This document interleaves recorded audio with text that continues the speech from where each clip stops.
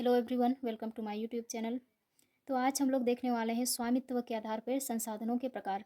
स्वामित्व के आधार पर संसाधन को 4 भागों में बांटा गया है: व्यक्तिगत संसाधन, सामुदायिक संसाधन, राष्ट्रीय संसाधन और अंतर्राष्ट्रीय संसाधन। तो आज हम लोग इसके बारे में डिटेल में देखने वाले हैं।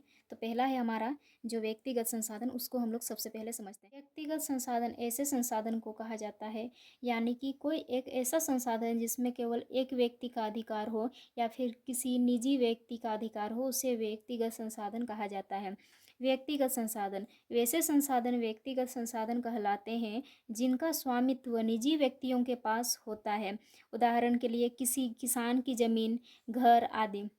यानी कि कोई ज़मीन है और जिसका मालिक किसान होता है, यानी कि ये एक व्यक्तिगत संसाधन है। इसके अलावा घर घर का स्वामी एक है, तो फिर वो व्यक्तिगत संसाधन होगा। सामुदायिक संसाधन सामुदायिक संसाधन ऐसे संसाधनों को कहा जाता है, यानी कि कोई एक ऐसा संसाधन जिसमें पूरे समुदाय के लोगों का अधिकार हो या फिर पूरे समाज वालों का अधिकार हो, उसे सामुदायिक संसाधन कहा जाता है।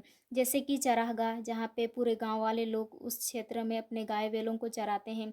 इसके अलावा तालाब या फिर पार्क पार्क में सभी लोग जा सकते हैं। शमशान, कब्रिस्तान आदि जो है सामुदायिक संसाधन के उदाहरण हैं।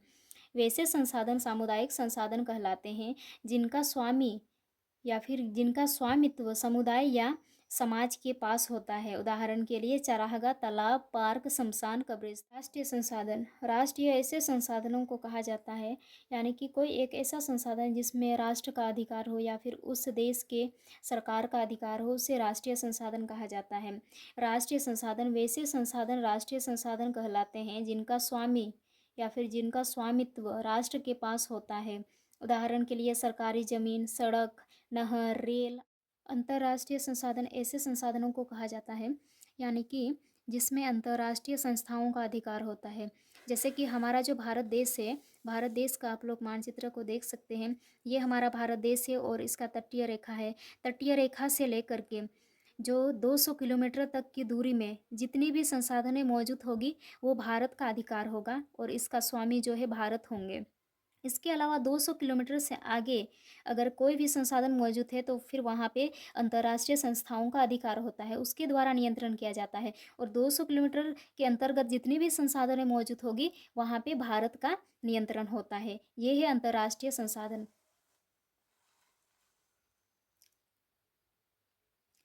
वैसे संसाधन अंतर्राष्ट्रीय संसाधन कहलाते हैं जिनका नियंत्रण अंतर्राष्ट्रीय संस्थाओं द्वारा किया जाता है।